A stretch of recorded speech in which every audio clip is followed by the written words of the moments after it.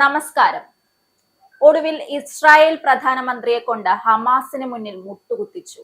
ആരായിരുന്നു ആ ലോകം ഞെട്ടിയ നീക്കത്തിന് പിന്നിൽ? വിവരവും വെളിവുമില്ലാതെ എന്തും പറയുകയും ചെയ്യാൻ ശ്രമിക്കുകയും ചെയ്ത് സ്വന്തം രാജ്യത്ത് ഭരണം പോലും ഷട്ട് ഡൗൺ ആക്കിയ സാക്ഷാൽ ഡൊണാൾഡ് ഡക്ക് തന്നെ.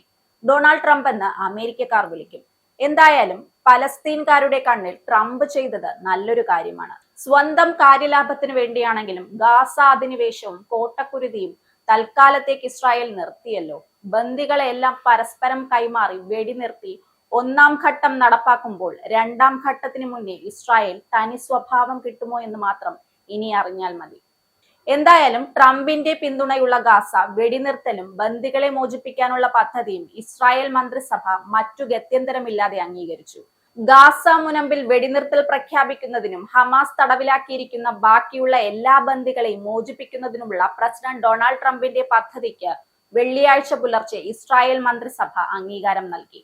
ബന്ദികളെ മോചിപ്പിക്കുന്നതിനുള്ള കരാറിന്റെ രൂപരേഖ മന്ത്രിസഭ അംഗീകരിച്ചുവെന്നും എന്നാൽ പദ്ധതിയുടെ മറ്റു വിവാദപരമായ ഭാഗങ്ങൾ പരാമർശിച്ചിട്ടില്ല. സർക്കാർ അംഗീകാരം ലഭിച്ചാലുടൻ വെടിനിർത്തൽ ആരംഭിക്കുമെന്നും ഇസ്രായേൽ സേനയ്ക്ക് 24 മണിക്കൂർ സമയത്തിനുള്ളിൽ സമ്മതിച്ച സ്ഥാനങ്ങളിലേക്ക് മടങ്ങാൻ കഴിയുമെന്നും അറിയുന്നു.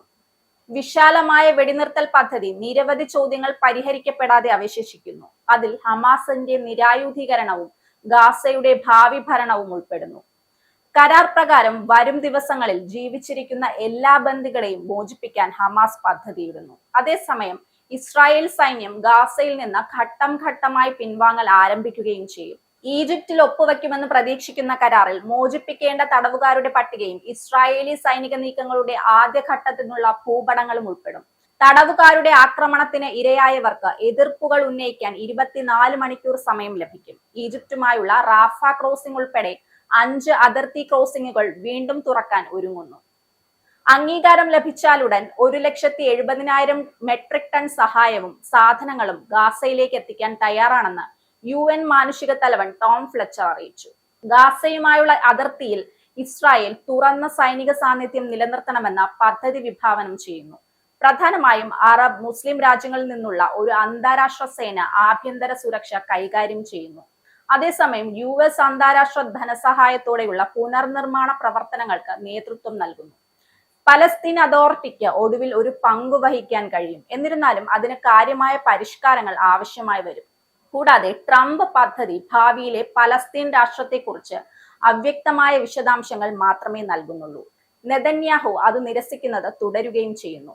2 വർഷം മുമ്പ് 2023 ഒക്ടോബർ 7-ന് ഇസ്രായേലിനെതിരായ ഹമാസിന്റെ ആക്രമണത്തെ തുടർന്ന് ആരംഭിച്ച യുദ്ധം നാളിതുവരെ 10,000-കണക്കിന് പലസ്തീനികളെ കൊല്ലുകയും ഗാസയുടെ വലിയ ഭാഗങ്ങൾ നശിപ്പിക്കുകയും നിരവധി പേരെ പ്രദേശത്ത് ബന്ദികളാക്കുകയും ചെയ്തു കഴിഞ്ഞു. ഹമാസിന്റെ നേതൃത്വത്തിലുള്ള ആക്രമണത്തിൽ ഏകദേശം 1,200 പേർ കൊല്ലപ്പെടുകയും വിദേശ പൗരന്മാരുൾപ്പെടെ 251 പേരെ ബന്ദികളാക്കുകയും ചെയ്തു. ഇസ്രായേലിന്റെ പ്രത്യാക്രമണത്തിൽ 67,000-ലധികം പലസ്തീനികൾ കൊല്ലപ്പെടുകയും 1,70,000-ഓളം പേർക്ക് പരിക്കേൽക്കുകയും ചെയ്തു. മരണങ്ങളിൽ ഏകദേശം പകുതിയും സ്ത്രീകളും കുട്ടികളുമാണ്. മന്ത്രിസഭാ വോട്ടെടുപ്പിന് മുമ്പുള്ള മണിക്കൂറുകളിൽ പോലും ഗാസയിൽ ഇസ്രായേലി ആക്രമണങ്ങൾ തുടർന്നു. ഗാസ സിറ്റി ആക്രമണം ഉൾപ്പെടെ കുറഞ്ഞത് 2 പേർ കൊല്ലപ്പെടുകയും 40-ലധികം പേർ അവശിഷ്ടങ്ങൾക്കിടയിൽ കുടുങ്ങിപ്പോകുകയും ചെയ്തുവെന്ന് പലസ്തീൻ സിവിൽ ഡിഫൻസ് അറിയിച്ചു. ഗാസയിലുള്ള 48 ബന്ദികളിൽ ജീവനോടെയുള്ള 20 പേരെ തിങ്കളാഴ്ച മോചിപ്പിക്കും. കൊല്ലപ്പെട്ടവരുടെ മൃതദേഹങ്ങൾ ഘട്ടം ഘട്ടമായി വിട്ടുനിൽക്കും. 2023 ഒക്ടോബർ 7-ന് യുദ്ധം തുടങ്ങിയ ശേഷം 2 തവണ താൽക്കാലിക വെടിനിർത്തലും ബന്ദിമോചനവും ഉണ്ടായി. എന്നാൽ ഇപ്പോൾ ശാശ്വത സമാധാനത്തിന് വഴി തുറന്നെന്ന് ട്രംപ് അവകാശപ്പെട്ടു.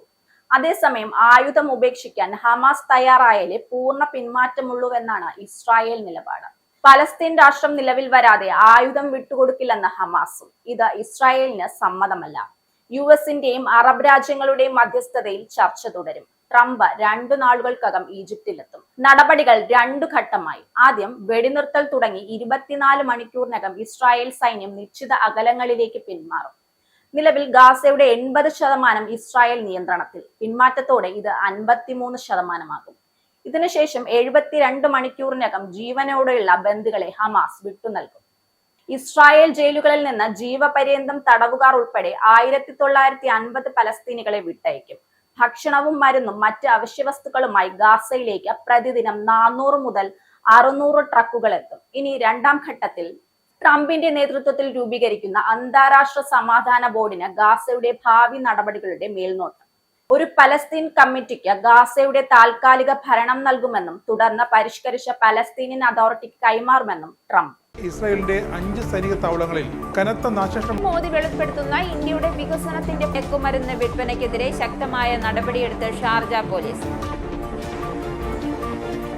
അമേരിക്കയിലെ സാധാരണ മനുഷ്യരോട് കൂടിയാണ് കോൺഗ്രസിനുള്ളിൽ പങ്കുവയ്ക്കാൻ വി ഡി സതീശൻ ഓപ്പറേഷൻ സിന്ദൂറിൽ ഉപയോഗിച്ച